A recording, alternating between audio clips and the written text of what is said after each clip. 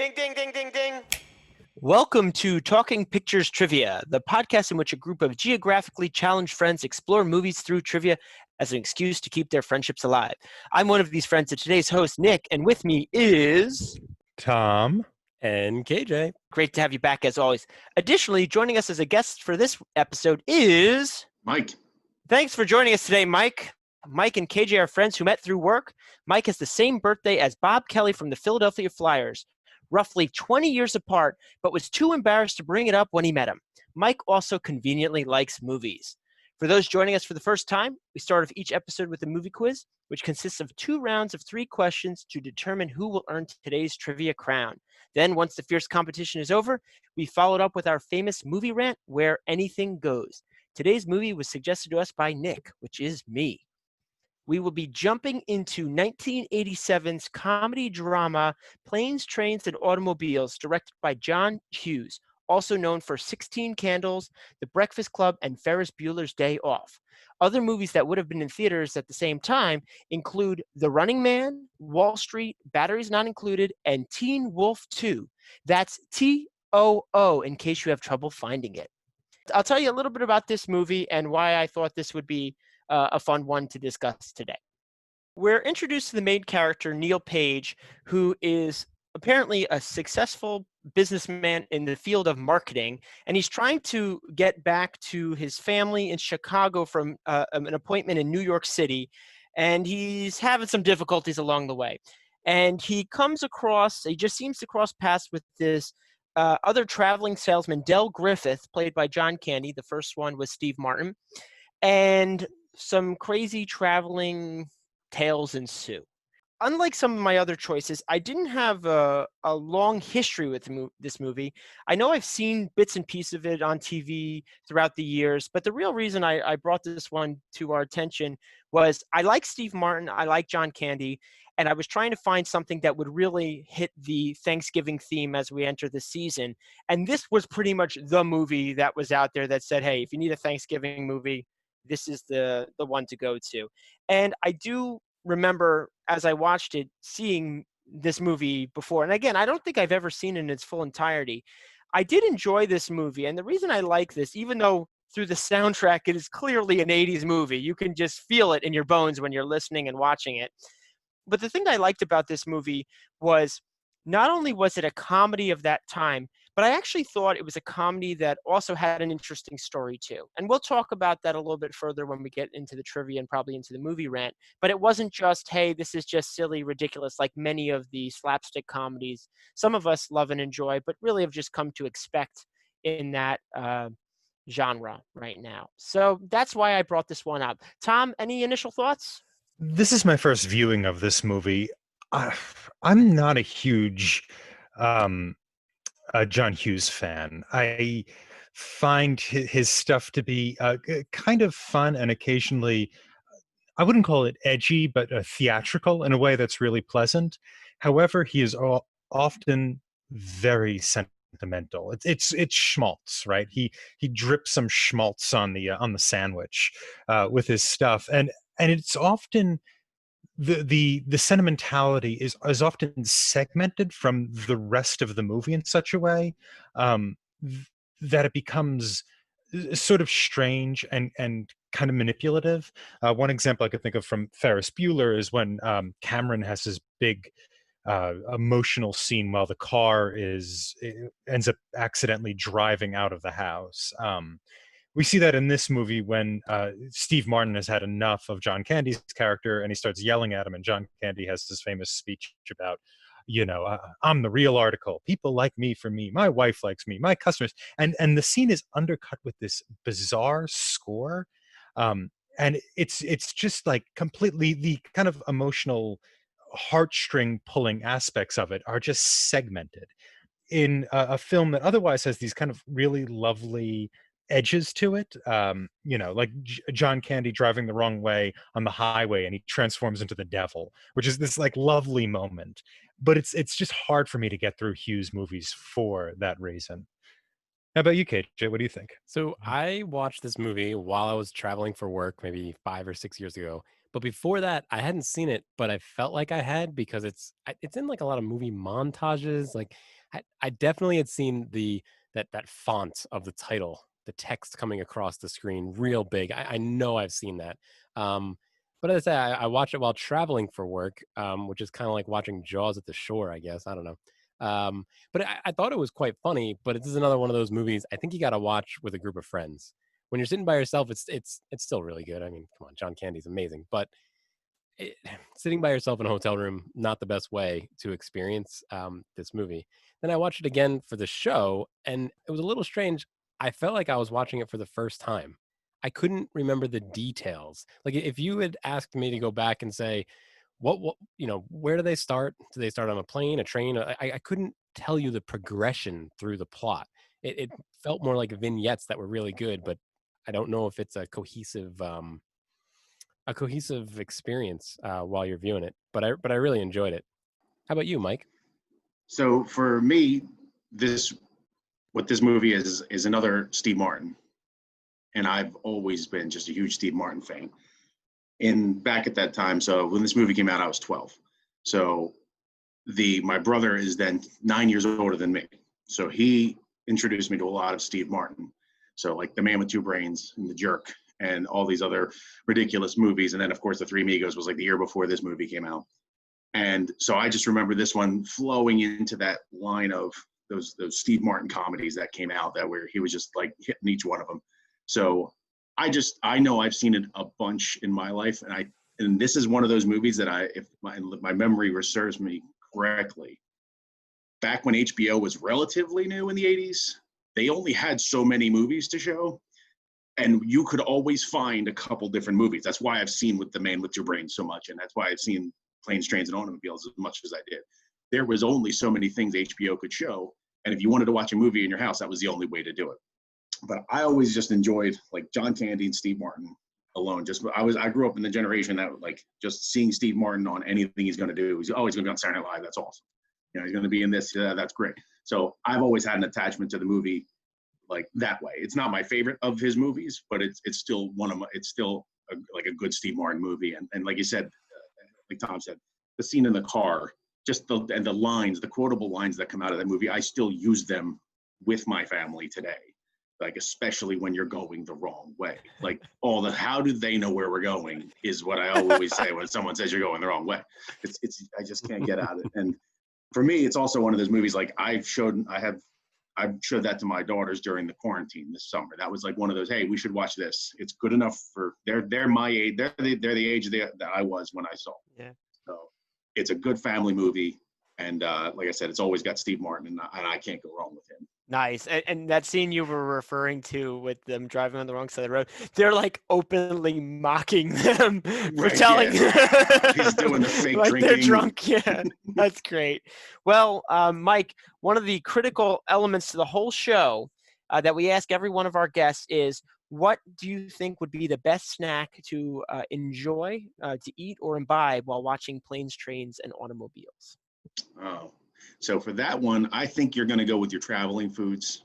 So your small bags of peanuts, and the Lorna Doone that you get on the airplane as well is probably a good. And then you have to have a drink out of a small plastic cup. You can't have the full 12 ounces of the drink, only 6 or 7. So that would probably be your best option for a movie that deals with so much traveling.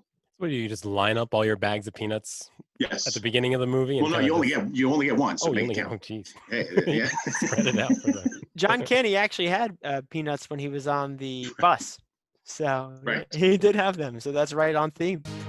It's time for Movie Quiz. In round 1, there's going to be 3 questions. Each one is going to be worth 1 point. The categories are: You'll Never Make the 6, Our Tickets Are Only Good to St. Louis, and I Don't Have a Home. Mike, since you're our guest, please select the first category. I'll go with You'll Never Make the 6. It's time for question 1. We're introduced to the successful marketer Neil Page early in the film. Neil has one goal: to be home in Chicago for Thanksgiving. Neil's trip out of New York City, however, definitely does not go as planned. What obstacles did Neil have to overcome just to get to the airport on time? We're going to keep going until we get to the last one. And Mike, I'm going to let you share with us the first obstacle on your mind. Well, the first obstacle would be being stuck in the meeting. That is correct. He's stuck in a meeting. He has to get out at a certain time. And this guy is really looking at which copy he would like to use for the cosmetic advertisement. And even at the end of the movie, I don't know if you guys have made it through the credits, he's still looking at those copy. And that boss also has the great where you're expecting him to say something and then he just doesn't. Because we've all been in meetings that too. Tom, the next one. I'm gonna let's see. He trips over Dell's luggage, his trunk.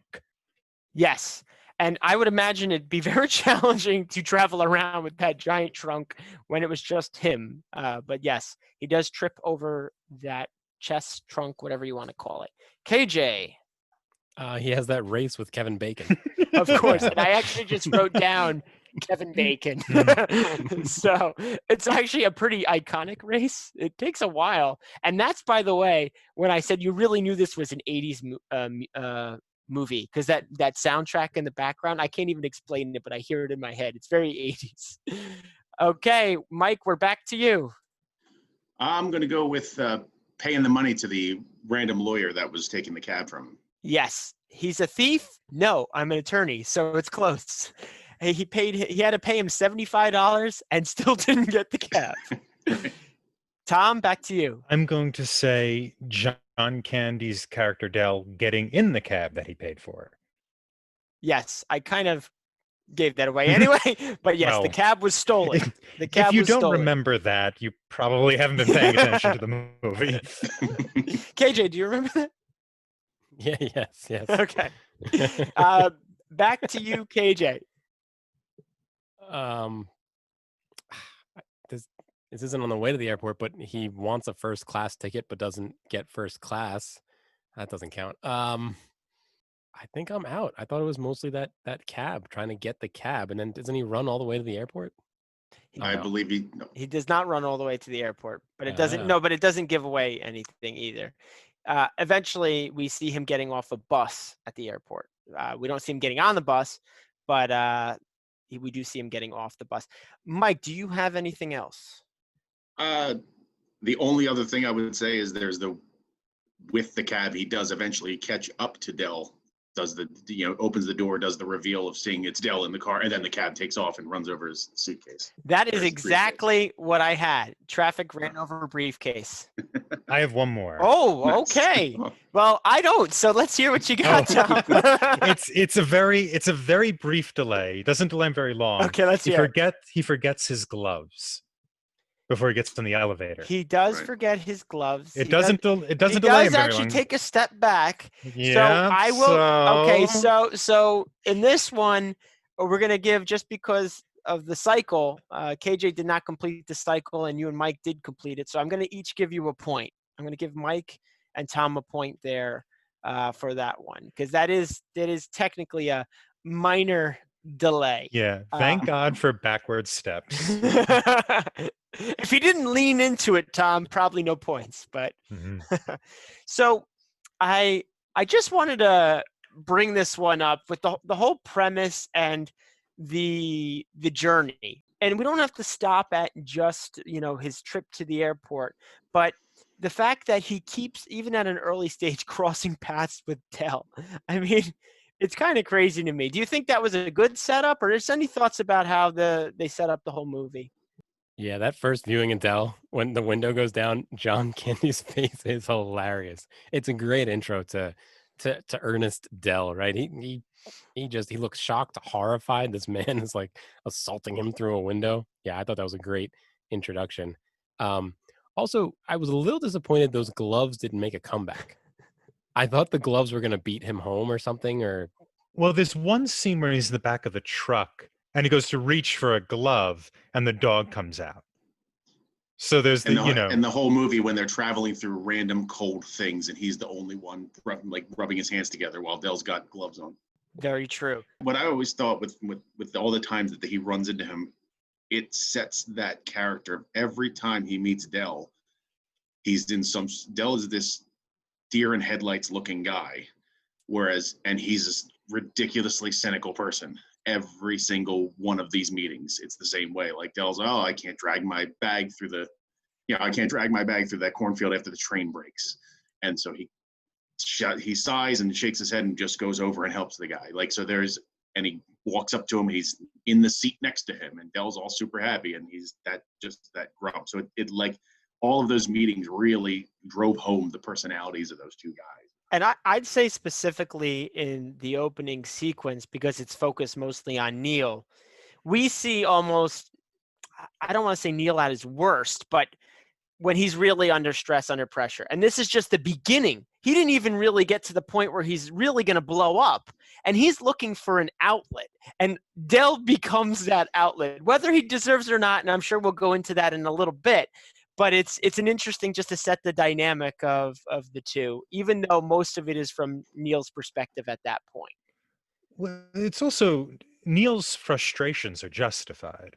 He is mistreated quite handedly throughout this, and you know he doesn't blow up on John Candy's character Dell as frequently. He's just trying to get away from him, and mostly he's trying to do that politely, with a few exceptions. But what we see in this beginning is kind of the problem of association, which is something bad is happening to him. It's justifiably bad. He's not causing it, but then he's kind of associating it with John Candy's character because of the luggage he trips over, because of the cab. And none of this is really what's his name? None of this is Dell's fault, but it sets up that kind of association where we could see that that Neil is being kind of taken advantage of by circumstance, or by people such as the lawyer, and Dell is there. Dell just happens to be there. Is really what is set up in that opening sequence. Now, at the same time, is Neil putting himself in this position, though? Because Neil knows it's very challenging to make the 6 and do all the things that he wants to do. So is he creating his own failures here? Well, what I would say, yes and no. First of all, the boss holds him up. But secondly, why doesn't he take the 8:00 flight that's offered to him by his friend? Because he promises his wife will be home by 9. And he really is desperate to get home, not because, he wants to sip scotch and feel money or something like that. He wants to get home to see his daughter's recital, which he ends up missing. So there is this kind of family values thing he's trying to get back to, and that's why he's not selecting the 8:00 flight. In retrospect, maybe he should have, but so I guess I agree, Tom. It is a noble cause, right, to get home for his daughter's show. Maybe not noble, but it's not. It's not like desperately self-involved. Right, it's not negative. But you had brought up the gloves. Even if thinking about the gloves didn't slow him down because he was waiting for the elevator anyway. If he had not rushed to try to make the 6 and got on the 8, the flight would have been canceled. So that also wouldn't have gotten him out of the water. Yeah, so it's still not his fault. Right. Basically, yeah. But at that point, he doesn't have that chance meeting with Dell and gets on the bumped flight and all that stuff because you're overnight in New York City. Right. Mm-hmm. My thought actually was, as soon as he's rushing out and there's that long line, if there's a bus that goes there, why didn't he just get on the bus first? Because he doesn't like buses. I guess so, yeah. He's like, if you didn't like the train, you're not going to like the bus. Yeah, that was another great scene on that bus. Okay. Well, I guess we'll move on to the next question. And the 2 remaining categories are, our tickets are only good to St. Louis, and I don't have a home. KJ. I'll do our tickets are only good to St. Louis. St. Louisville there. I'll do that one. It's time for question 2. Del Griffith is quite the traveling salesman. When stuck at the Trailways bus station, what are the pitches Dell of the American Light and Fixture jewelry division uses to raise cash so they can continue on to Chicago? We're going to do this one in the same way we did the first one, where we're going to start with KJ saying one of the pitches, and we'll continue around the group. So that was a great scene because it takes you a little bit of time to realize what he's doing. Like you're like, wait, jewelry? That doesn't. And then people start wearing the shower rings as the whole setup is like that. He sells these anyway. I believe one time he sells the earrings that Madonna wears. I believe the selling point is Madonna wears these, so you should too. Well, unfortunately, KJ, you're out pretty early. In my head, it was Lady Gaga, and I'm like, I couldn't be Lady Well, Gaga. I will let the rest of the group know there were 7 pitches, but Madonna was not one of them. So I will then move on to Mike. I'm going to go with the helium-filled ones that were very light, so you don't even notice you're wearing them. Yes, they are very light. The helium-filled ones, they were clear. Yes, that is definitely one of them. Tom, do you have one of the pitches? Yes. They make you look older. Yes, that was the last pitch, actually. The final pitch. Yeah. Because he said to the group of 3 girls, you look older, maybe 18 or 19. I don't know how old these girls were supposed to be. But yes, looking older is definitely one of them. Mike, it's going right back to you. Yeah, and this is a bad one because that was going to be my second one. He sells one that's an autographed version. It's autographed by someone. I can't remember. It's not Michael Jackson. It's somebody famous like Madonna, or it was an 80s person, wasn't it? I'm going to give you a moment to collect your thoughts. Who else? It wasn't Bruce Springsteen. It had to be somebody. No, it had to be a yeah. You wouldn't have a Bruce Springsteen earring, would you? Good thing I'm not a salesman. Don't ask KJ what the pitches were. I think I know it, and I also have another one. Let's see if Mike can pull something together. So it's 1987. So we know it's not Madonna. Thank you, KJ, for that one. But I'm just thinking of other random singers in the time that I feel like were that, like Paul Abdul, but I don't think that's right. Okay. Nope. It was not right. Tom, just keep going. Well, I only have an ancient artifact. It's an ancient artifact I got, and I also believe it was Marilyn Monroe, right, who signed it. Well, it's a good thing you said ancient artifact first. Yeah, because I wasn't sure. That's why I said that first. So it was designed after the one that was made for the Grand Wizard of China from the 4th Dynasty.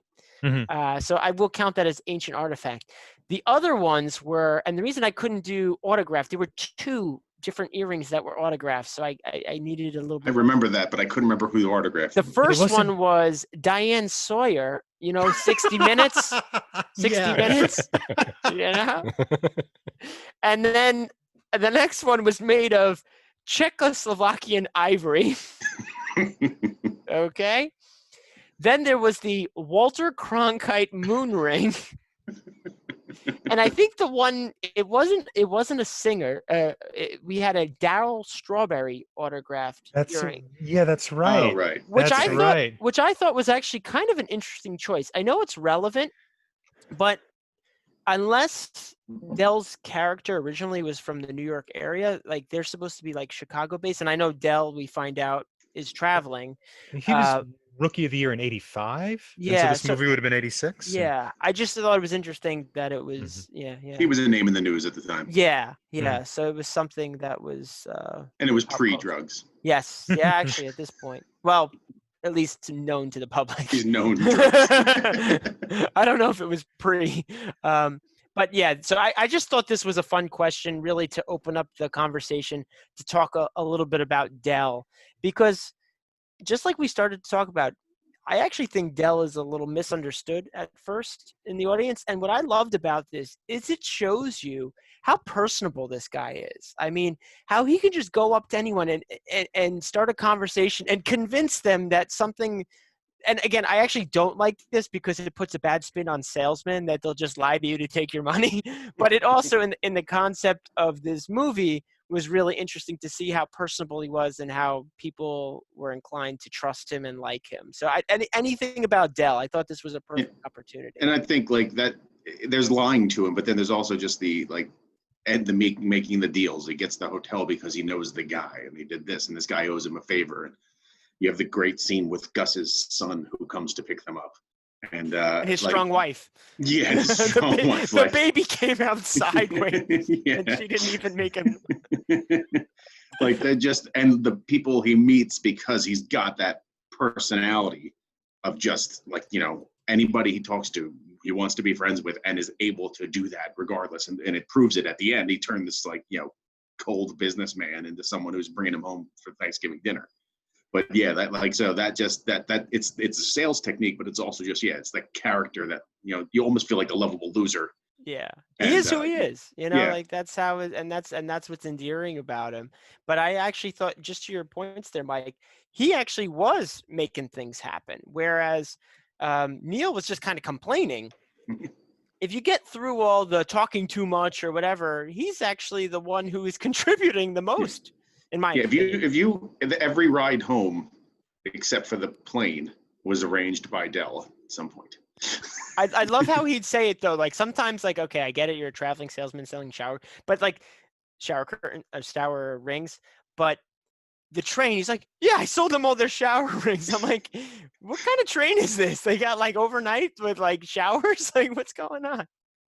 Doesn't even make sense. And the rings, the other thing that again, it took me a while to understand he was selling them as earrings. I don't have pierced ears, but any pierced ear that I've seen, I don't know that you could get at least the shower rings that I get from Target through that. How they're like a clip-on earring. It's just the contact. Yeah. There's enough contact there between the two pieces that you would normally. So a shower curtain ring has like a ball and socket type joint. Yeah. So this is just basically you're putting your earlobe between the ball and socket without pushing all the way through. Oh, Yeah. that makes I a thought lot of more that sense. too. Or one, it's a comedy, so it didn't make it. Unless you're the people who have like the true like gauges, like really those. That's what I'm like. He happened to find Yeah. all Well, these people in the 80s that. Yeah, I mean, there those were people some. didn't exist in the 80s. Yeah, there may be some in the punk rocker scene there, but like. Yeah. But yeah, I think the average person, if you tried to put that through, you would rip your ear. But yes. Got it. So they were more like clip-ons. That makes sense. Yeah. Or they didn't care and just it was outrageous. Yeah. Here's this is a Pauline Kael quote about John Candy. She's talking about Splash, not this movie, but I think it holds. She says, John Candy is perfectly named. He's a mountainous lollipop of a man and preposterously lovable. Which I think, yeah, especially that last, she also said like he doesn't add weight, he adds size. I like that. Yeah. He's good. Yeah, he is. He's incredibly. He isn't. Yeah, there's a respectable amount of earnestness to him, but he isn't necessarily naive, and I think that's the line he walks here. I think he's. I don't think he's ever necessarily taken advantage of, with the exception of the time he's robbed, in which case it's it's kind of hard in the same way that Steve Martin sort of is. And his mantra that he gives for that is he just kind of goes with it. That's what he said. That's what he says after the rental car situation doesn't work out for Neil particularly well, right? Candy's able to get one because he just sort of goes with it. And so there isn't a naivety here necessarily, but a sort of need for society that, or for people to talk to, which we learn at the end of the movie is due to kind of a tragic circumstance that he's been in. But at the same time, he's very good at assessing his circumstances. So when I was watching it this time, I also made the connection in my brain, and this is a movie we're going to be exploring. It's one of my picks, as you'll probably realize once I say it, for the holidays, is Home Alone. It's just a classic holiday movie. My wife and I watch it every year. And the reason I'm bringing it up is John Candy has almost a very similar character in that one. When the mother can't make her flight, they get a rental truck, and he's part of a polka band in this instance, but they're in the back of the truck trying to get back to their destination. And I had to look it up, and of course, I didn't make the connection at first. The writer of Home Alone is John Hughes, so I think he was making a direct homage to this film with that character. Yeah, John Hughes and Candy made, I think, 5 or 6 movies together. Because they also did Uncle Buck Yes. and a few other ones. They were a team for a long time. Okay, we have one last question in round 1, and it is, I don't have a home. It's time for question 3. After the two traveling partners finally depart in Chicago, Neil begins to look forward to being reunited with his adoring family, but also reminisces about his time with Dell. What are the 3 memories that Neil recalls that directly leads to a surprising epiphany regarding Dell Griffith and his wife, Marie? Locked in with 2. Me, I am too. I can go. I got 2. I think I've locked in with 3. I think I have them. You know what? I got 3. I don't think they're all right, but I got 3. You know what, KJ? How about you start it off then? All right. So the 2 I'm more confident in. One is he remembers Dell saying, "I don't have a home." He also remembers Wait, you say that again. he remembers Dell saying, "I don't have a home." But I don't think he says that. I don't think he That's the big reveal. That we find out he doesn't have a home. No, That's not the memory. That was in the future. That's the epiphany. no. Early in the movie, he says, "Oh no, I'm sorry. I haven't been home in 8 years." I Okay. have been home. You're have been confusing home the in- reveal with the memories. All right. I've been home in 8 Okay, years. somehow that's so far. What's That's- next? That's 1. 1, if you'll give it to me. He remembers Dell saying, "My wife likes me."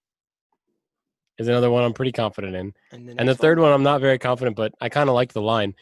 Dell says, "Like your work, love your wife." I'm going with the I haven't been home in years because that gets echoed multiple times. The oh shoot, you just said it, the same one. But and then the second one is the to the wives where they're drinking in the hotel room, and they cheer each other and they do cheers to the wives, and Steve Martin tells me you always have someone to go home, loving wife to go home to. And then the other one was the second one KJ said. Shoot. But It was oh, I just had it, and this is bad memory. Oh yes, when he no, I'm gonna mute for a second. No, I got that out of my system.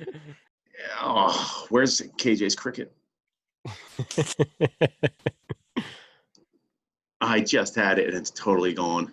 So they haven't been home in years. I said that one, and I said when they're drinking, and I'm just gonna think back to when he was looking at the picture of his wife. I know it's not it. Okay, picture wife. Okay, Tom. The first one was "My Wife Likes Me" from the hotel room. The second, the second one is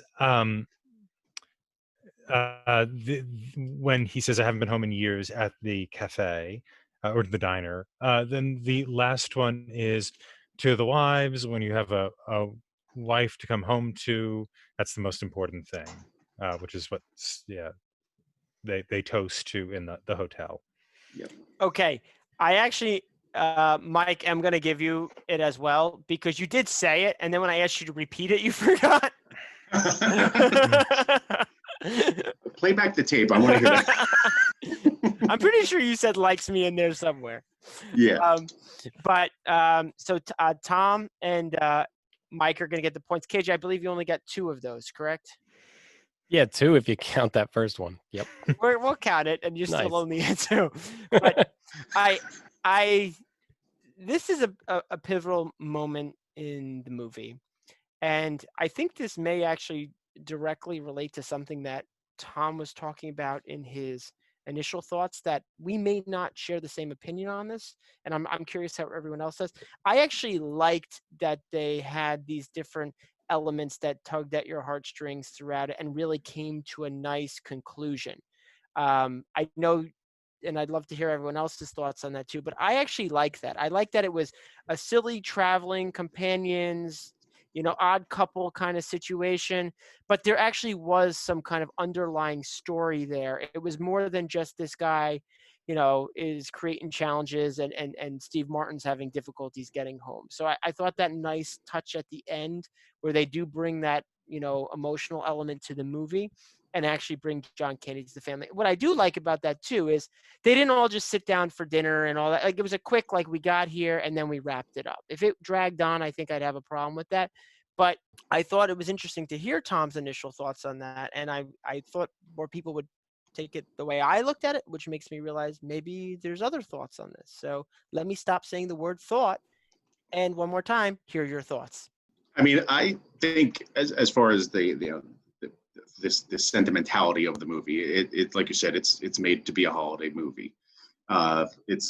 You're trying to harken back to family and everything. But I thought more than any of the other scenes, to me, the one scene that always gets you is when he's just sitting in the car talking to the wife, because you still at that point think she's just back home and he's talking about how he screwed up and here he is again and he found somebody he likes and he's doing the exact same thing he always does, which is fumble away a good opportunity. So like that scene right there was always interesting to me because he's basically talking to his passed on wife, whereas you actually think he's just hasn't gotten home yet, so he's got to talk to somebody, and this is the person. And then they immediately go into the next scene, where he's drinking to the wives, like once he invites him back into the hotel. But I always treated that movie as the sentimental movie it is. So it was never like, oh, that's a comedy. Like that, it's not a Steve Martin, like it's not Three Amigos. It is definitely like the sentimental thing. So that's, the John Hughesiness of it kind of comes through in that. But I always enjoyed like some of those scenes there. And now that I'm married, like it ties in a little bit more than I did when I was 12 and watching this movie, waiting for the slapstick side of things. So you think about that, what would it be 8 years from now, roaming the country, what would you be like? And I think John Candy does a good job of just showing how it's not all just, he looks like, the happy on the outside, sad on the inside type of guy. And it comes across pretty good. Now, Mike, you also liked that scene where he said he liked himself and his wife also liked him, correct? That was yes. Also right. Yeah, yes. I liked it so much I forgot about it. It's not so much my problem with Hughes directing this film is not so much my problem is with Hughes, not so much Candy, who I think is kind of lovingly sweet and open, and Candy doesn't play the role naive. So that's how he gets away with it, or that's why this role works. What happens for me with Hughes, and it's not just this movie, it's with Ferris Bueller's Day Off, it's with the Breakfast Club, it's with movies typically that he directs, as opposed to just writes, which is that he sort of segments these moments that almost seemed labeled as the sentimental moment, and so it comes off, instead of organic out of the story or out of the circumstances, it seems to come out of this kind of this need to add in this this layer, this sort of, well, this movie needs more emotion, so we'll add in the emotional scene. And especially in that hotel room scene where it's very early in the movie where he goes, Steve Martin's character insults Dell, and he says, "You know what? My wife likes me, my customers like me, and I'd like me, and because I'm the real article." Hughes elects to play this kind of soft music underneath the scene as it's going on, and it's like really bizarre because we're pretty much at the beginning of the movie, and they're having their first kind of blow up, and suddenly you have this kind of like coming to heart staging of this scene, and Candy's character is almost in tears as he's saying it. And what it basically does is it doesn't bring Steve Martin's character any recognition of him needing to sort of tolerate this different type of person, which is the journey that Steve Martin's character goes on. Instead, what it does is it just shuts him up so he goes back to bed. And so you have all of this investment in this kind of in pulling on your emotions, which pays off really not at all. Because the next time they're together in the diner, Steve Martin goes, "You know what? We're really not a great team. We should part ways." So I've absolutely no idea what to do with that speech. The way Hughes treats it generate a larger response or a recognition from Martin's character. You are right, Tom. They kind of do that back and forth a few too many times where they're kind of, well, I guess they're never really buddies, but they're kind of getting along. Steve Martin gets angry, either insults or just makes John Candy feel bad. And then they end up back together again. And then they're not best bros or whatever, but they're working together. And then they get angry again. So I do agree that part of the movie doesn't work that well, and I wonder if that's why I always struggle to kind of remember the plot because it just that arc happens too many times. When you say they get angry, it's usually initiated, I think it's always initiated by Neil, and John Candy's character, Dell, stands up for himself. He's not a pushover. Even though he's a friendly guy, he still will say like you can't talk to me that way or this is how I am and I should be treated. And then then usually Steve Martin realizes maybe he was a little too harsh and usually comes back. I think that's kind of more of that dynamic they go through. But you're right, they go through that loop quite a few times. Yeah, but you're also, I mean, you're dealing with a finite amount of time in this movie, so you want to, if you really, a lot of those fights occur before there's a transition to the next vehicle. So so you get that you have the three forms of transportation, at least, you count a bus and a truck as the same thing. But like you have your planes, trains, and automobiles, and as you're doing that, there's an argument and a blow up. Yeah, there's an argument, blow up, and forgiveness leading up into the next transition to the next way to get a little bit closer to home. So kind of could be read as, they have this explosion, or Neil does, as you said. He has this explosion. Dell doesn't stand up for it. They get on with it and they move on a little bit closer until they finally get to the end and they can be done with the explosions, at least as far as we can tell. You never know. Dell might be really annoying at dinner that night. The one thing I will say they do right in those sequences is they get to a point where Neil is just about to warm up to him or just about to trust or just getting a little closer, and then boom, something happens.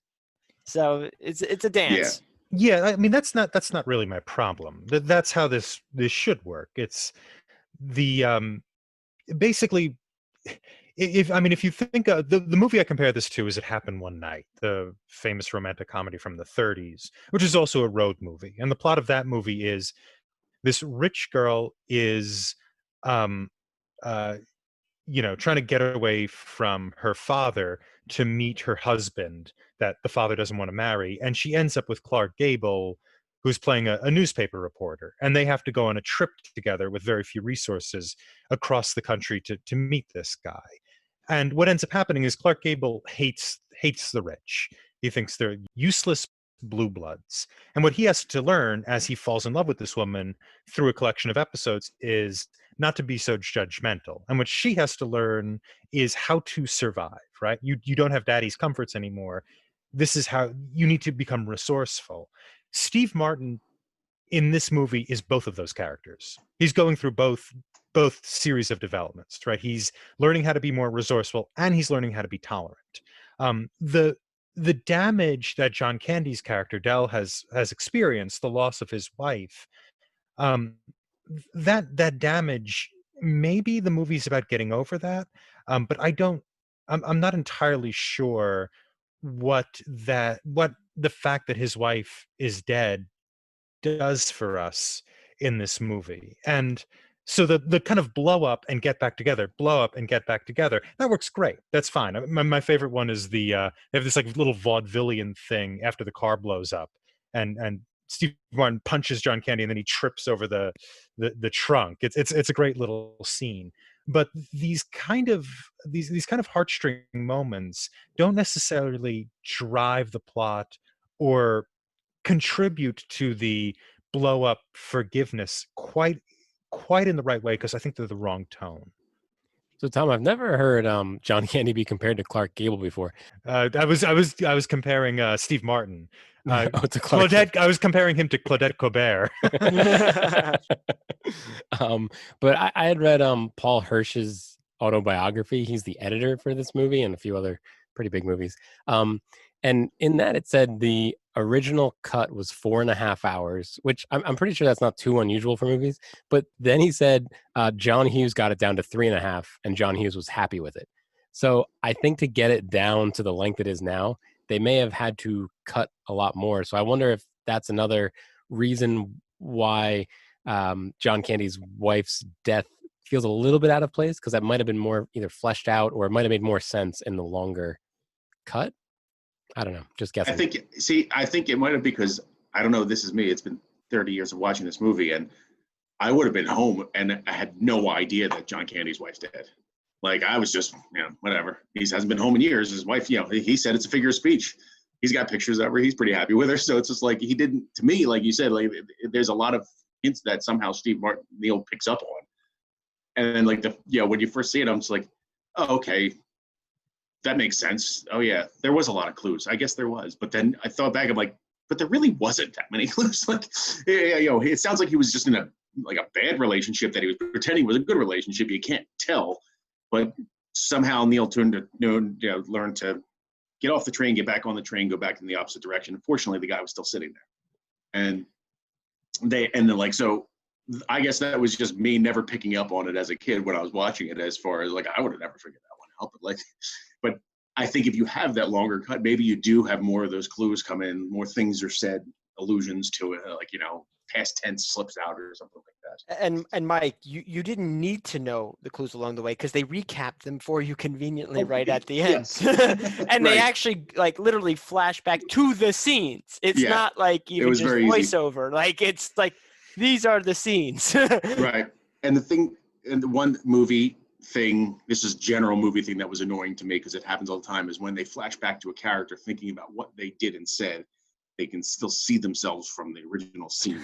So like, Steve Martin is thinking of himself by looking at himself on the bed and then looking at Dell instead of just looking at Dell the whole time while he's saying these things. But that's a minor tidbit. No, I feel you on that one. I think like that too, but I get it. They're just literally cutting that scene, whereas if you're having a memory, it'd be through your eyeballs. Right.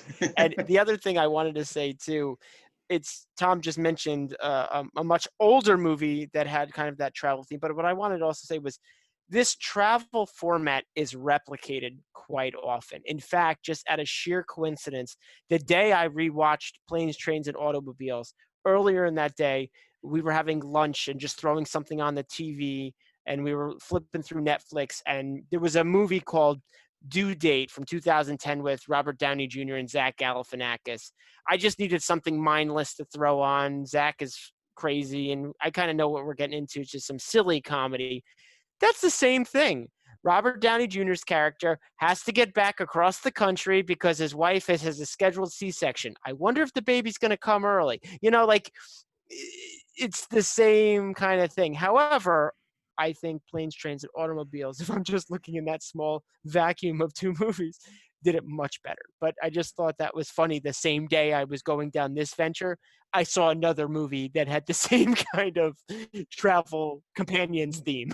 You go back to the 90s, it's essentially Tommy Boy as well. Like, it's the stiff, rigid guy with the outlandish, overweight guy that doesn't quite get it, but still has that personality to get her to turn the chicken fryer back on after it's turned off. So like, they literally, that like Tommy Boy is that movie, except they're not trying to travel home, they're just trying to make sales. So like, but like you said, this traveling trope is there's a lot of places that it happens. But whenever I watch this movie, I think of Tommy Boy. It's one of those things because they are those characters, just the 90s version of the 80s characters. Or The Skin of Tommy Boy, Black Sheep, which is the same movie, just with a different premise.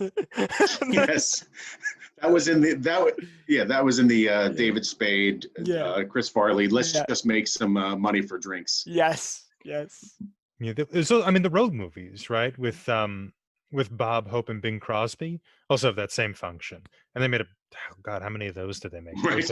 Road to Bali, Road to I don't remember the other ones now, but yeah, the Road to Bali was the one I know. But it's the same concept, right? It's the mismatched pair on an adventure Right. somewhere. If Odd it ain't couple in a broke, don't car. fix it, right? Right. Yeah. Mhm. Okay, guys. Well, I hope this was a fun round one for you. It looks like right now that Tom is presently in the lead with 3 points. Mike is right behind him with 2, and KJ is also with us. We'll be right back after this quick commercial break.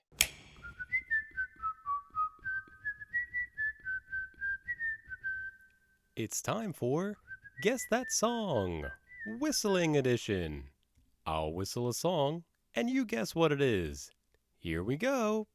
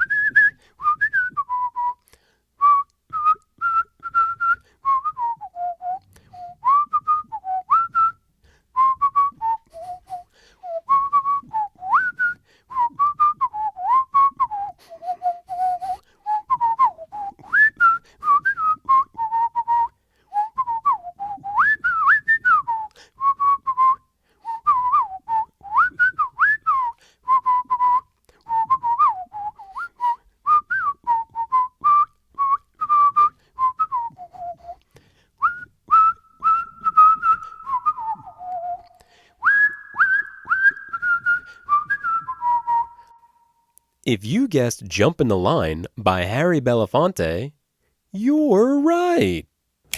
And we're back for round 2. There will be 3 more categories in round 2. Each one will be worth 2 points. And there may even be a bonus question. We'll see. The categories are A Buddy of Mine, Oh My Gosh, It's Ashkenagan, and Why Did You Kiss My Ear? Mike, I'm going to let you start us off again.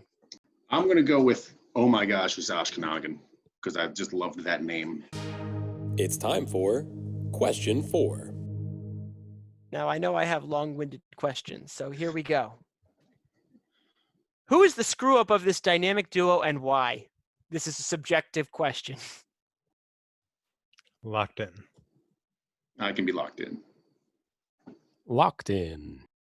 KJ, I'm going to do what Tom did. The last one who locks in goes first. I don't think either of them are the screw up of this dynamic duo. I think they're in a rough spot. They're trying to get home. The weather's against them. It's a crowded planet we're on. It's rough. And they're each trying to do it in their own way. Neither of them are particularly good at it, but neither of them are particularly bad at it. I don't think they were making terrible decisions. So I don't think either of them were the screw up. I'm gonna call an audible and say neither of them. Okay. Mike, where do you stand? Based on his answer, I could go with the exact opposite and say the combination of the two is a large screw up of two human beings. Because you did have, you feel like there's times when, like even Steve Martin says it, I think we get further by ourselves, and by happenstance they end up not doing that. But it is easier to get a single plane ticket, a single train ticket, and any of these things that they want to do. They don't necessarily need to know a guy if you can just, get on board. So and buy your ticket. So I would say I don't think it's either one of them either. I think it's both of them together form a large klutzy person. Okay, Tom. I'm gonna go with Dell. I don't think Neil. Well, while Neil is rough around the edges, the reason for the most part why he's delayed is not his fault. He could be maybe a little more easygoing about it, but it's not necessarily his fault. Now, it's often not Dell's fault. However, it is more often Dell's fault than Neil's fault. For example, the car.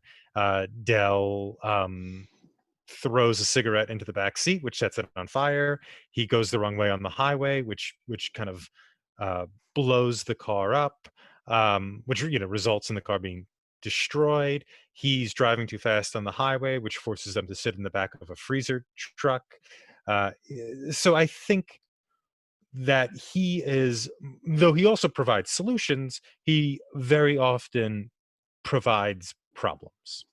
But does any of that happen if they're not in the car together? Because Dell would not be driving the entire time at night on the road where those two trucks go by and he's throwing the cigarette out the window, unless he had a second person in the car to have gotten him to that point. I mean, possibly, but he's still. I mean, you could also say, well, if he had to rent a car, he still would have had to rent a car. Yes. Right. So if he's renting a car, he's still going to be smoking. I mean, the problems that are caused by his bad driving are caused by him alone. You could say that in a different world, he if in an alternate universe he doesn't do this, but that's kind of a stretch. Yeah. And unfortunately, he doesn't get the car without without Neil's credit card. Yeah. So. Yeah, which probably wouldn't have happened because the credit cards got swapped. Yeah. Would you guys like to know who got the question right? No, we're having fun with that. I forgot it was a question. So I have to say, those were all great answers, and I actually didn't expect a few of them. So I had to think about this for a second. And I think the points, all two of them, are going to go to none other than Mike. I think both. I think there are elements. At some points, I actually was leaning towards the answer no one gave, which was Neil. But then there are other cases where Dell is creating isolated challenges, just like Tom was saying before with the car. And there's other things where Neil is creating challenges, like getting so frustrated about the car not being at the rental cars in the right spot that he throws away his receipt, which is pretty stupid. And I think the lady says it perfectly, which I'll save for those who watch the movie. So I actually think Mike brought up a good point here. I think they are each other's kryptonite in some ways. If there's like isolated, they seem to be going about life doing very well. Okay, Dell Griffith selling amazing amounts of shower rings, and Neil taking over the marketing industry. Then all of a sudden, these two unlikely travelers cross paths, and all the chaos ensues. So I think some of the points Tom said with Dell are spot on. But then I can also think of a lot of things where Neil was having that challenge, as I said, with the rental car, just to name one of a few of them. So I think, Mike, you might be onto something there. Yeah, I mean, what I'm always seeing with it, it's like it's the pair. It's a pair of things are always happening where they're just, Neil gets, without Dell in this scenario, Neil doesn't get as far. But I think he'd be a lot less frustrated if he just stayed the night in the airport like he saw the guy laying on the floor doing. But then there's that combination, like you said, and honestly, as a 13-year-old, 12-year-old kid when this movie came out, his rant at the woman at the rental car counter was the greatest film rant I'd ever seen in my life, and it was amazing. Something I couldn't repeat in front of my parents at the time, still wouldn't do it now, but it's just one of the greatest things. The 4 effing wheels and a seat is just the best way to describe the need for a vehicle. And by the way, that agent, I was like, she looks so familiar. Yes. She was the secretary in Ferris Bueller's Day Off. Right. Yeah, and she was on a couple 80s sitcoms too, I think. Yes. Yeah. Very iconic look. Yeah, but I think that's why I always thought, it's that combination is like he screws up just enough to get rescued, but then Dell does something stupid, like, blow up the car that they managed to get with the credit card that got screwed up because they swapped their credit cards. And so that's kind of what I was thinking. And I really wasn't thinking anything too deep of besides when KJ said neither of them. I thought, well, it's got to be at least one of them. And then I'm like, well, actually, I would say it's both of them. So I don't know. I would say that Neil being frustrated at the car people is entirely justified. They left him in a parking lot 3 miles from their place without a car that he just purchased. Right. Yes. I don't know. I would be ready to curse at them too. Yes. The Yeah. challenge there, Tom, is he made it worse by letting his anger get the best of him and throwing away the only identification that he actually purchased. So that's why I couldn't, Yeah, I mean, I was like, I know we're supposed to be kind of on her side because she has like the last laugh in that scene, but I just wanted to strangle her. I thought she was entirely in the wrong. You definitely want to strangle her from the moment you meet her when she's on the phone, and then you can see that he's the next in line, but there's like 8 people behind him, and she's doing gobble gobble noises with her, whatever it is. Like you do want to be annoyed by her. Yeah, like you want to be annoyed by this lady, and then he just goes off on her, and you're like, yeah, and then he's like, I threw it away. Like, oh, like there's that huge letdown at that point, but like he had all the cards. Right. Yeah. So John Candy used Steve Martin's credit card to get the car, right? That was a pop. What credit card did Steve Martin have at this point to get the car? They actually had a whole scene that went over what plastic he has they at were least carrying. he has at least 3 cards. Got it. Yeah. I think it was Diners Club. I believe that was Diners the Club card. is the one that Dell had.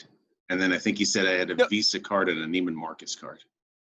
Dell had a card for a big and tall chain. The one that Dell took. For like 7 locations in Pacific Northwest. But yeah, but Northwest. Isn't the joke they have the same card? No. They swapped when they went to they swap cards, but they have the same type of card. They I think they look just the look same, similar. but they were different types of cards. Oh, they're not the same. Because I remember him saying I watched it yesterday and it just stuck in my head because this is one of those things that is a dated portion of the movie is the credit card swipe machine thing that they like that he was using in the hotel. It made me laugh, and that's what made me notice the cards. But he was asking him like, "Oh, what do you do for these discount credit cards or something like that?" So he had some sort of budget credit card, but it looked like the good one. And that's the crazy thing. You're exactly right. If you transport back to those times, back then you needed to get a lot of cash.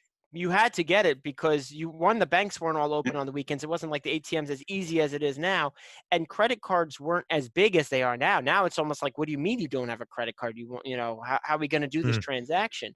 So it's dated, but it's interesting to see it through that almost like time capsule. Yeah, I mean, you thought when they got robbed, they lost $900 in cash or something between the two of them. Like I've never traveled with $900 or $700 in all the years I've been a grown adult. Like that was just, even though I was like, oh, it's too much money to have. But then I remember, you needed to go to the ATM like every weekend to get your money out. And then that, because no one took the card.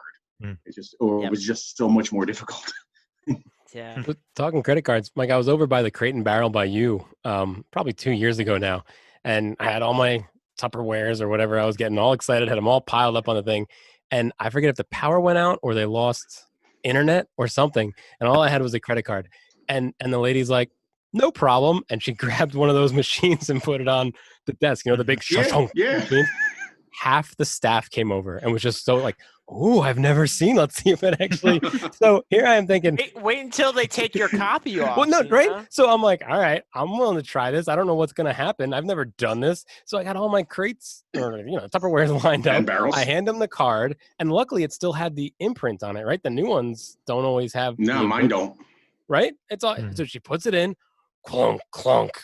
And then she let me leave with the Tupperwares. I'm like, because you paid for it. What? When in like a week or like, what is she gonna do with this piece of paper? They then file that with whatever banking, whatever bank they bring it to, and then that's how they charge the credit card company. It sounded like KJ thought his card was going to internally combust when it went through that machine.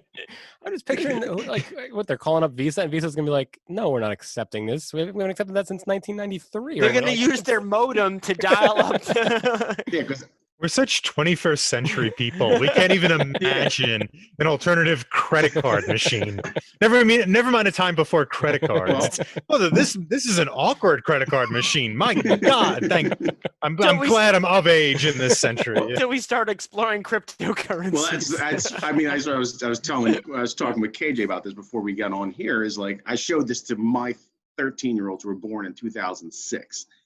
And I had to explain ahead of time, yes, I understand this whole movie is solved if he's got a cell phone, but he doesn't. So like, that's out. And yes, I understand, the credit card machines and all that stuff. Like the internet would be great. No, but you know what you did? You stood in line for the payphone. That's what you did.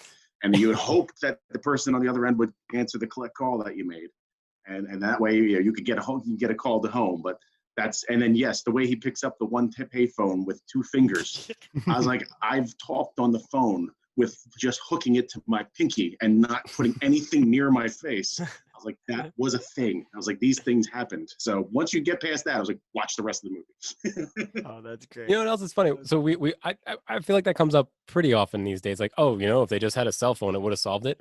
And it's probably true for most of the movies. But on Talking Pictures Trivia, we've been watching a lot of older movies.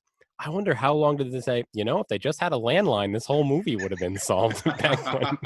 I don't know. Right. What was the technology? What was the comparison in the 70s?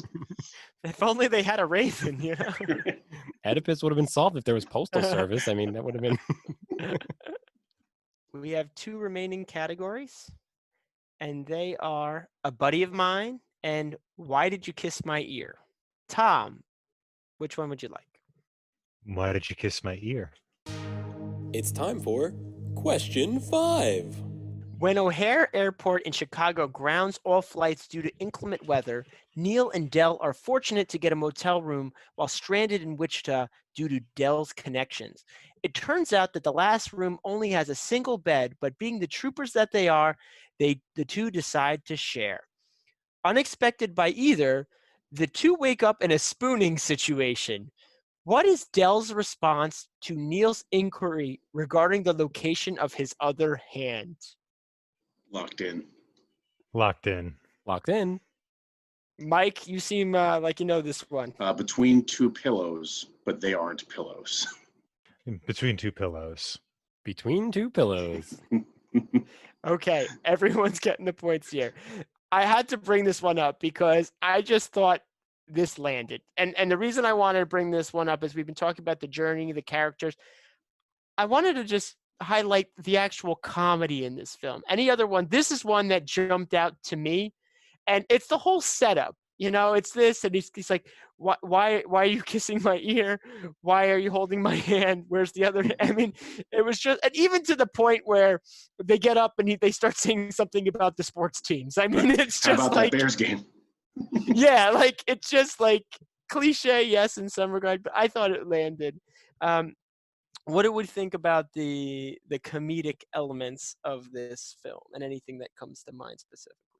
Well, even talking about this scene specifically, this sort of, Dell is a person who needs affection and is capable of tremendous affection, which, in this scene we can kind of see it pass over from just sort of homosocial into, slightly homoerotic. But he's just so big with affection for the people around him and the world that he's in, and he doesn't really have that kind of personal affection at a home. He doesn't have a home, right? He's the kind of the wandering balloon wherever he goes, that the kind of the tremendous amount of affection he's capable of kind of manifests even in his subconscious, in this need to be close to someone and his need to kind of rest or hold someone. Like he can't get close enough to people, even though he's always on the border between there's always a border or a block between him and someone else, because that's who you are when you don't have a home. But you talk about the comedic parts of this movie. One of the things that I love with John Candy is and it's a subtle thing, is the quick little answers he does. So when the police officer, Michael McKean, says to him, like, do you think this is good to be on the road? He's like, yes, I do. Yes, I do. Like that answer, or like, he's like, yes, I'm fine. Yes, I'm fine. Like those, because it's just dry. And it makes me laugh every single time when he's like, this should be on the road. Yes, I do. Yes, I do. He's like, I don't know how I'm going fast I'm going because the speedometer melted, but the radio works. So, like Funniest thing. But like that, like his like there's not just, there is the scenes where like they're falling over the trunk and all that stuff. What you said, like that vaudeville, joking around that way. But then there's those subtle the little bits. And like the other one is one of them turns around, sees the car on fire. The other one turns around and sees the car on fire. And then they both have to do the turnaround to see that the car is definitely on fire. Like there was a couple like subtle things that aren't just those jump out at you jokes that I always like. But yeah, John Candy, he's done that in a bunch of different movies. I think it's in like Summer Rental and other things that he's been in. He just does that. Yes, I do. Yes. Another one I really liked is Neil, I think, says, "What do you figure the temperature is?" 1. Like that was another just quick. They don't dwell on it. In texts with KJ, I've said this is one of those movies I quote a lot with random things, and the 1 degree is one of those things. And like when Dell's like, I think we were robbed, he goes, do you think so? Like that's I heard that so many times from my siblings when I would say something stupid as a kid, because it was just a perfect line said in a perfect way, like just in that scenario of somebody said something so obvious that you had to say something, but it had to be something ridiculously sarcastic. It's how they have different comic styles, Steve Martin and John Candy.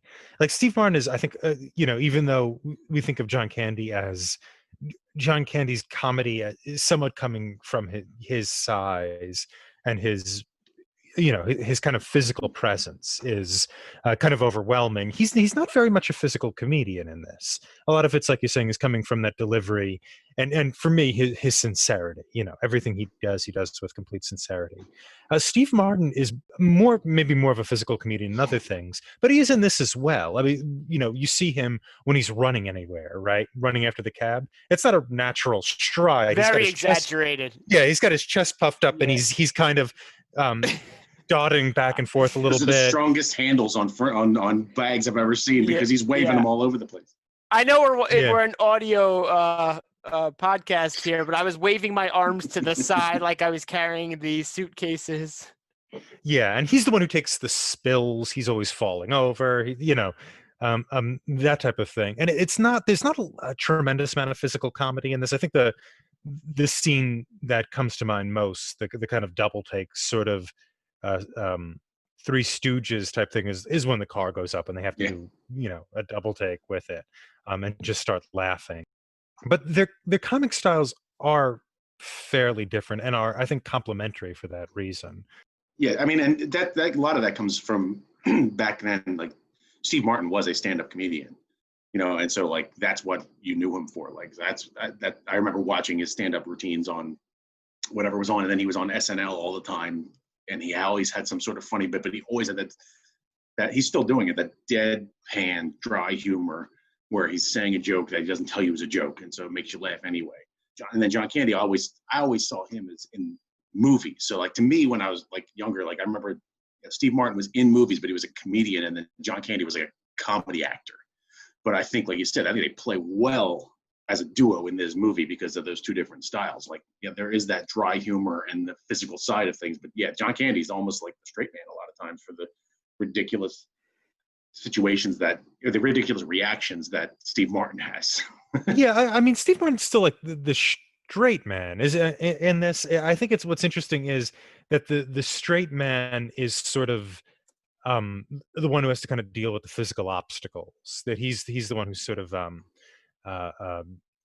tripping over things or falling over. But we get a little bit of the kind of that silliness with John Candy trying in bed, trying to get comfortable, trying to clear his throat, that type of thing. And I think Chris Farley had this as well. That is just this, it's the warm blanket presence, right? It's the kind of enjoyable to spend time with this person. that makes, that comes out, the comedy comes out of that, or and because it's not just about one-liners or laughing, but it's about wanting to spend time with people you're rooting for. What's interesting too is Steve Martin is still doing this. I mean, he's on a. I mean, I'm sure it stopped because of COVID, but he currently has a traveling show with Martin Short, and they go around, and he actually produces music. He's big on the banjo. Like he's still a working actor comedian. Like he's not looking back in the 80s, and that was the end of his career. It's quite fascinating to see how he has had that longevity. Yeah, well, it's funny because like one of the things that my kids, we were watching the Muppet movie, and they're like, "That's the guy from Planes, Trains, and Automobiles." I'm like, "Yes, it is. He's the rude waiter." So he's been doing this forever, and like I still follow. Like I see him on Twitter or whatever, and he has ridiculous. He's just a comedy mind. He's got that Monty Python type of everything is sarcastic and dark and has humor to it. If you know makes you laugh at everything that's going on, even though like he's a picture of him where people don't recognize him because he's wearing a mask, so he puts a sign behind himself. Now it's a Steve Martin with an arrow pointing down.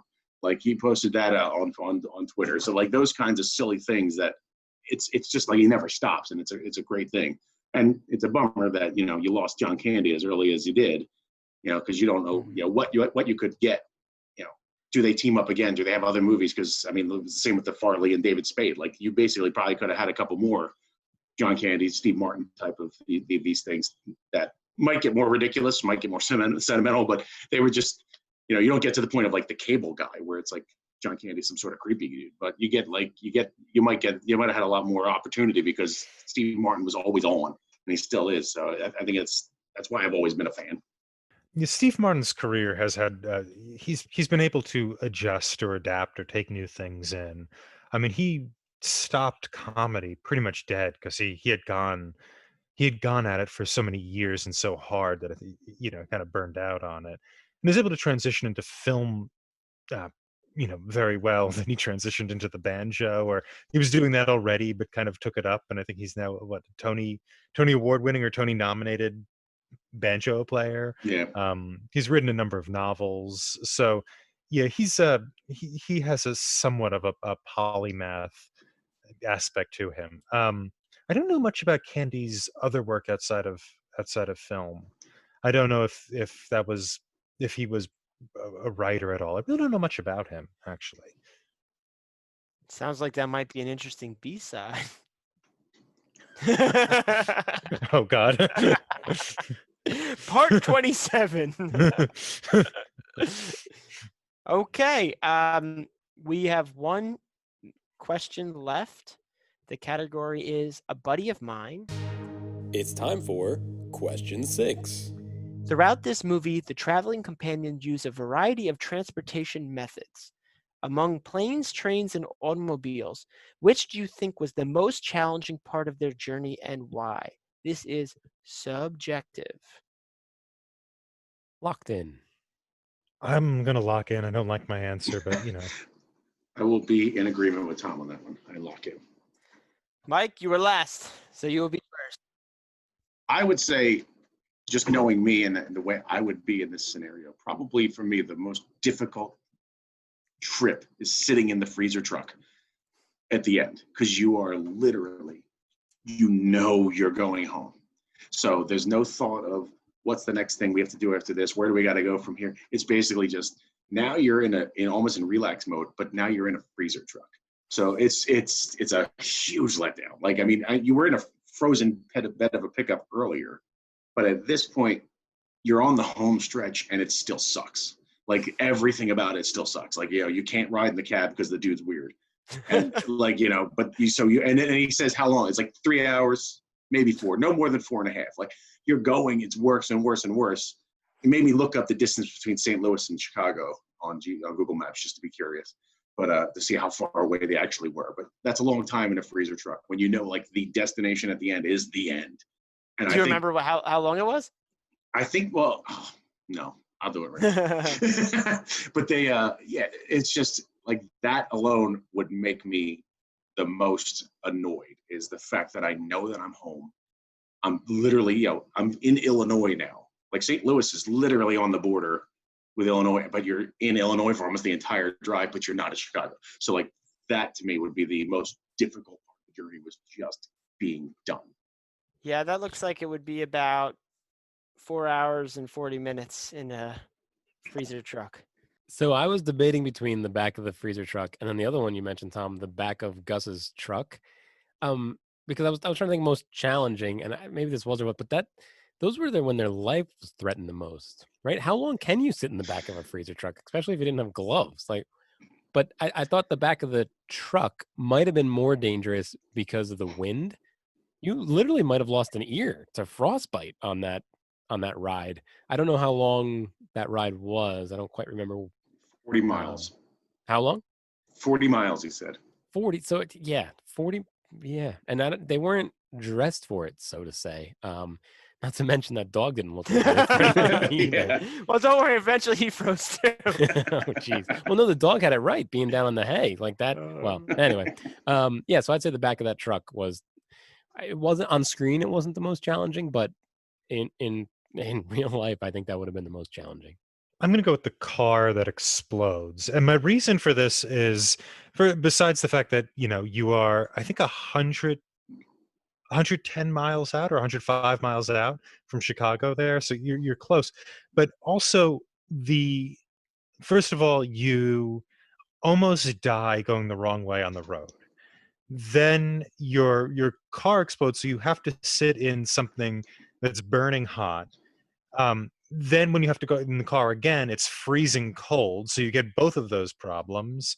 Then we're not also the film is also not dealing with all the problems the car affords, because now the car is towed somewhere in Illinois, and you have to get it out of storage. You have to deal with the costs. Hopefully, he got insurance on it, and then you have to deal with all of those problems. So the difficulty and the stress of the car is going to last far after Thanksgiving.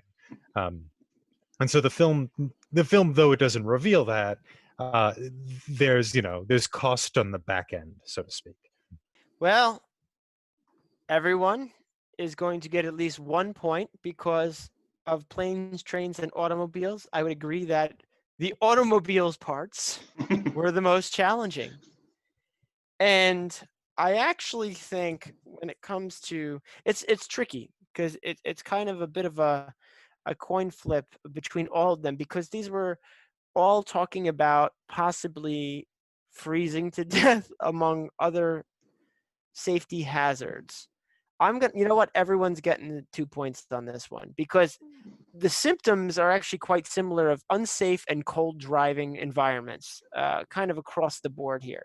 So we're going to go 2 points across the board.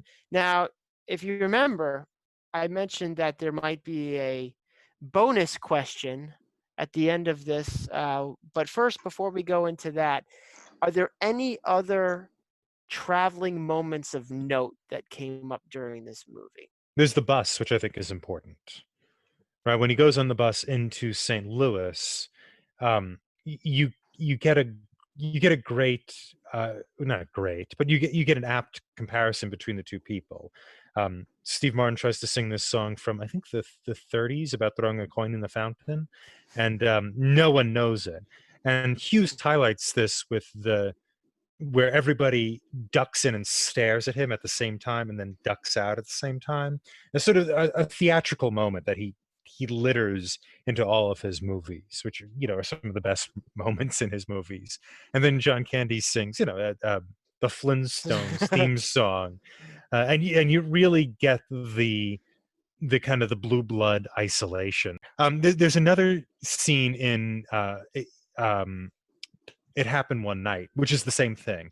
It's the rich girl and the poor guy get on a bus, and they're like, she's kind of awkward on the bus because she doesn't like who she's sitting next to, and he kind of reserves a seat for her, and she doesn't like him, but she, they eventually have sympathy for one another, and there's a song, and she kind of joins in the group when everybody starts singing "The Man on the Flying Trapeze," and that little scene on the bus. It's a small scene, but it reminded me of that. And it connected to this other road movie in which a blue blood gets incorporated into the society of the everyman.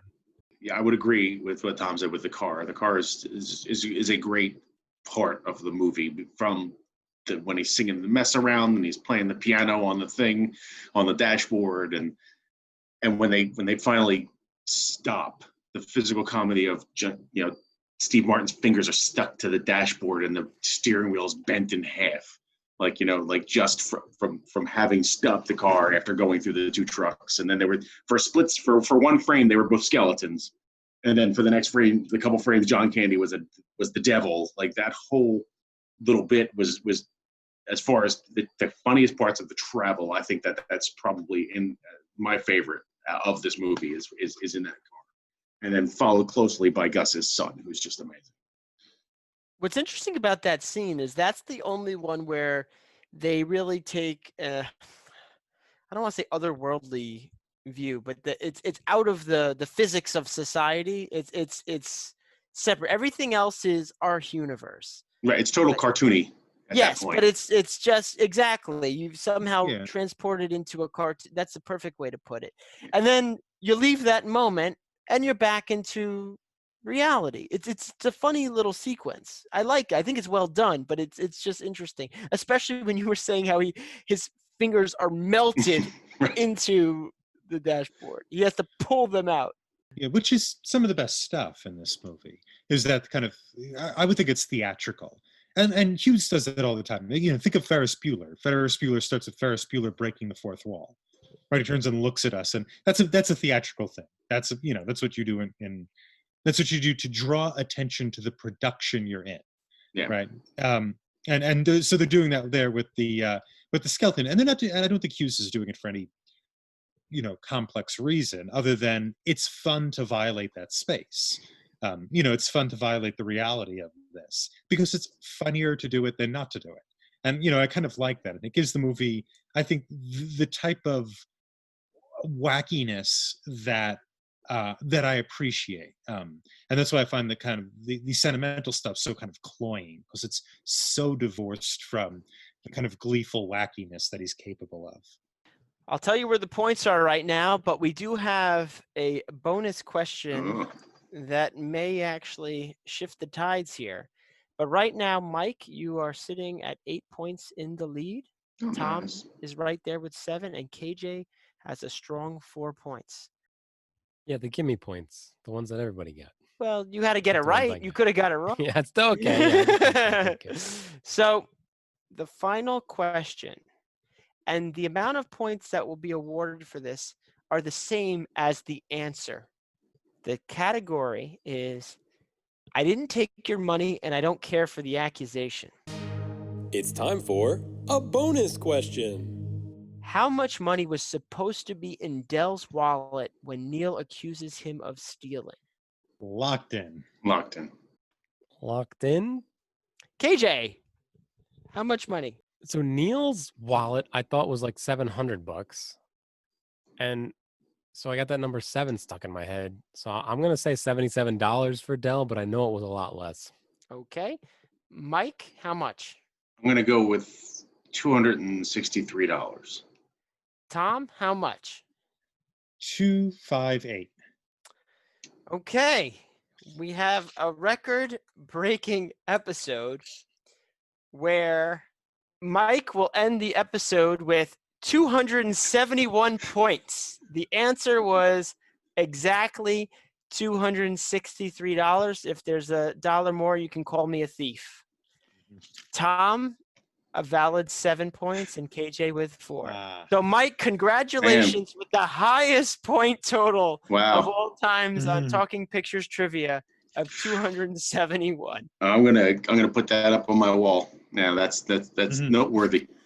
To be fair, you had already won the episode prior to the bonus question at 8 points. But I'm not entirely sure why I remembered exactly $263, but that's just one of those numbers that stuck out in my head when I watched the movie. So that's exact, and it stuck out for me too. That's why I threw it in there. So again, congratulations, Mike. Oh, thank you. Guys, a valid effort on everyone there. I'm sure there may be a few little tidbits we might want to chat before the end of this. So we'll be right back with Movie Rant after this quick commercial break.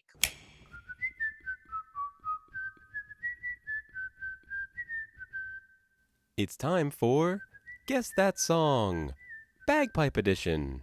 I'll bagpipe a song, and you guess what it is. Here we go.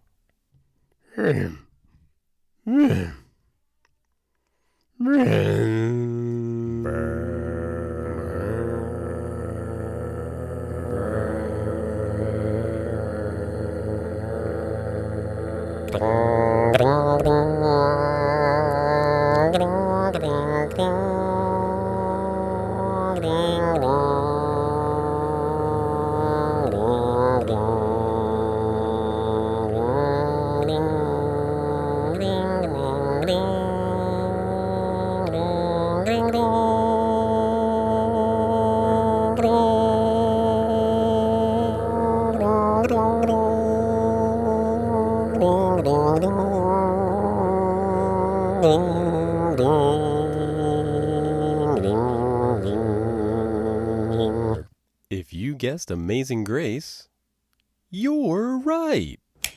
And we're back. It's time for Movie Rent. I'm kind of interested in what is Dell's journey, right? So you have a road movie, and the idea of the road movie is the journey kind of mirrors the journey the characters are making from being one type of person to being another type of person. I think that's really clear with Neil. What is Dell's journey, do you guys think? I think it's a great question. What are his goals, right? He's got no time limit. He has no destination that we know of. Is his only goal to help out Neil?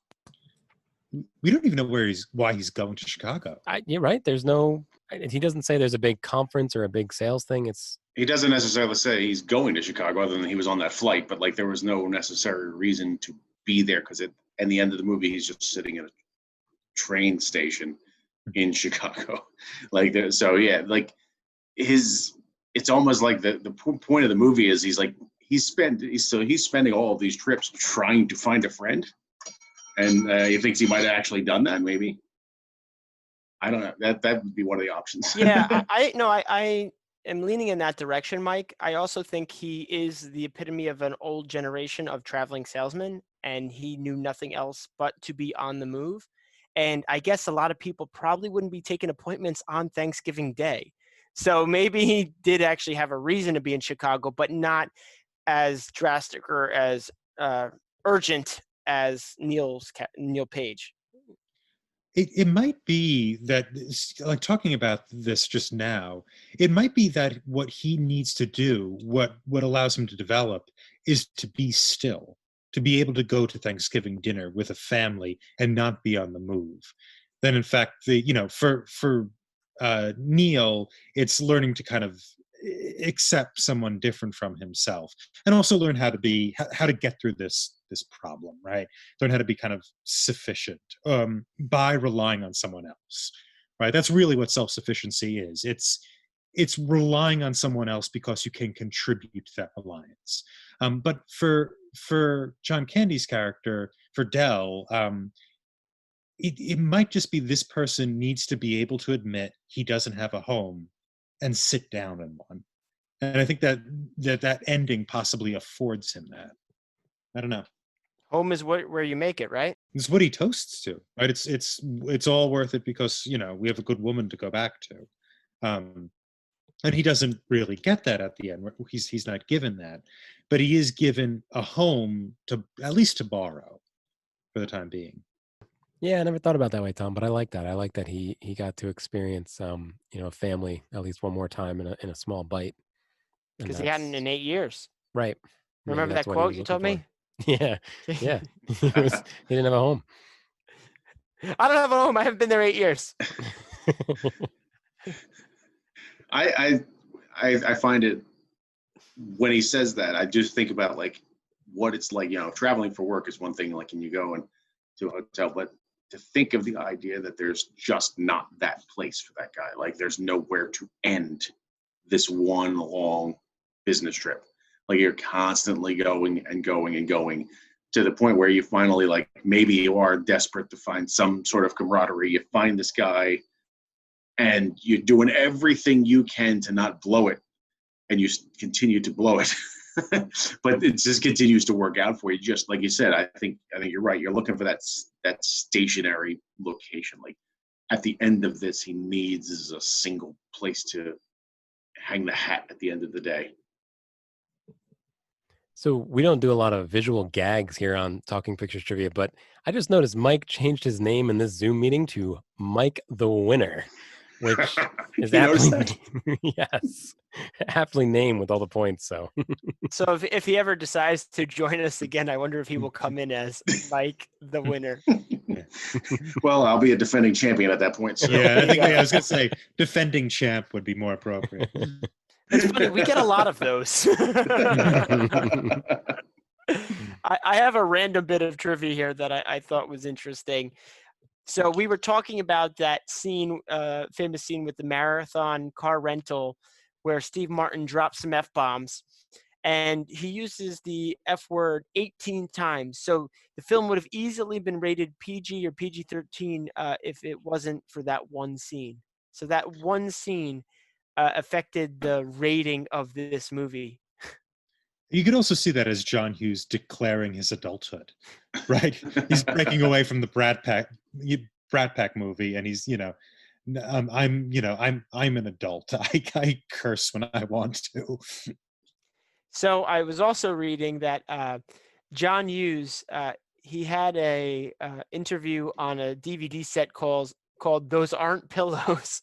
He was saying that he was inspired for this movie by an actual flight he had from New York to Chicago, which was diverted to Wichita, Kansas, and it took him 5 days to get home. So it was loosely based on a true story. Yeah, and apparently he wrote the first 60 pages in 6 hours or something. Wow. Of the script. He's apparently a manic writer. And he started off, I think he's a National Lampoon guy. I think I have that correct. I think he was an advertisement, much like Neil. And then National Lampoon was in, back when people cared about that, was in New York. I think PJ O'Rourke was the editor at the time. And he would kind of turn in material to National Lampoon. And so this is kind of based on his work in the ad world, when his flight was diverted. But it's also the period in his life when his writing career started. So this is probably a fairly nostalgic. Nostalgia is the wrong word. It's not nostalgic. It's it's the point where his ad life ends and kind of his writing life begins. But I think the guy wrote ferociously even after he left the film industry to run a farm north of Chicago. the other thing we talked about a little bit is that trunk that they carry around. That trunk felt like a third character. Could fit one in it. Yeah, you could. And it was kind of always there. It was always present. They had to drag it around. They used it a lot for a lot of the slapstick comedy.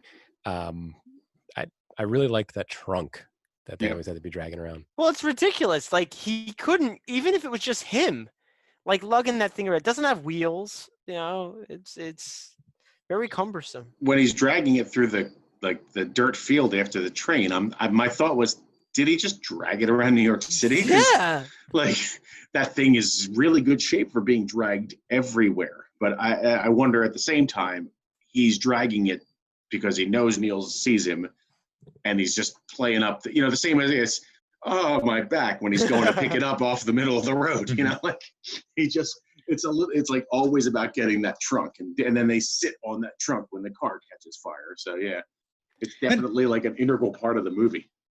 And it's a stand-in for candy too. It's big, it's loud, it's idiosyncratic.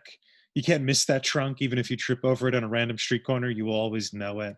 And it takes up space, right? And that's what candy does. For Neil, it's an impediment, but for us as watchers, it's a joy to watch him take up space. Plus, it has his hypoallergenic pillow in it too, so which is very important. Yeah, he's allergic to sponge. Yes.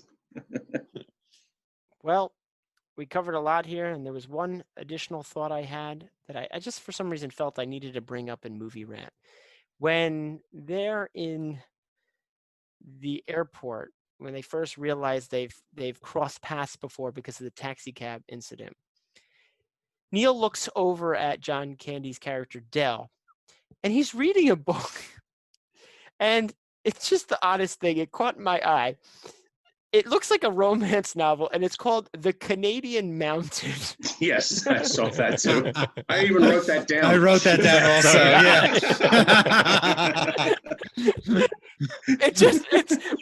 It's out of place for many reasons, but just his general character. Like, he does not look like a guy who would be reading a romance novel. I did read that it was a little bit of a joke because he was the only thing I really know about John Kenny is he's actually a Canadian, and he was a Canadian playing an American. But that always jumped out at me. It's just like, and there's no attention to it. There's no other things about it. He's just it's a total throwaway. Yeah, it's a total throwaway, yeah. and you could miss it if you're not looking for it. But I saw it, and it sounds like you guys did too. Yeah. So I think I'll end it on that note. And again, I hope you guys had fun with this movie. I think it was a perfect one for the Thanksgiving holiday. And I'm glad I rewatched it in its entirety because I know I've seen it bits and pieces over the year. Once again, I'd like to congratulate Mike, the winner, for winning this week. Thank you. Of course, Mike. And thanks again for joining us today. It was really good to have you on the show. Yeah, it's fun. Awesome. I'd also like to thank our wandering editor, KJ, who masterfully crafts these episodes. I'd also like to acknowledge IMDb, which is a great resource for movie information. Check out our website, talkingpicturestrivia.com, for more information about us and our episodes. You can find us on Apple Podcasts, Google Play, Spotify, Amazon Podcasts, and Stitcher, as well as our YouTube channel. We are extremely grateful for any positive reviews, as those help others like you find us. If you like what you hear, remember to like and subscribe to our show. Join us next time when we discuss KJ's recommendation from 2016, Infinity Chamber. Can't wait to discuss that one. See you then. Ding, ding, ding, ding, ding. I'm one of these friends of today's host, Nick, and with me is... Tom, you're on mute. Good start. Still can't hear you. Oh, no. Is Tom. He sounded so good. Yeah. No, it's because usually Tom seduces the microphone. Tonight it just with his wasn't. sultry tones. You want to check in the system preferences and just make sure it's still pointing to that mic. Like if you hit the apple in the upper left-hand corner. Wait. Oh, how about now, Tom? How about now? Yes, but it's... Yeah, but it doesn't sound like that mic. No. So if you hit either in Zoom or if you hit the apple in the upper left-hand corner. Or just undo whatever you just did that 5 minutes ago was working. Yeah. How about now? Maybe, Well, but try to talk normal. It sounds. That's... You want me to just unplug this mic? You want to share your screen? I might have to. Close all those other windows, Tom. Yeah. If I share here, I just did it. Okay. Wait a minute. There's a deal at Macy's. Yeah. So try hitting that apple. Okay. System preferences. Yep, hit that. Okay, so along the bottom, there's got to be an icon. 5,000 things open. Yeah. Is it in there? Try hitting the apple and hit force quit. What am I forced quitting? Hopefully nothing, but let's just see if system preferences is there. Okay, force quit that. And say force quit. Usually that just says quit, not force quit, unless it's frozen. All right, now try hitting Apple system preferences. Maybe it was frozen. Oh wait, it's bouncing. It's bouncing. We can see it. Where did it bounce to? It's if you look along the bottom. If you look along the bottom, it's 1, 2, 3, 4, 5. Why did it do that? 7. Yeah. 8. 9, okay, so now 10. What do I have to click? There you go. Now see the grid next to the left of security and privacy. Mm-hmm. There you go.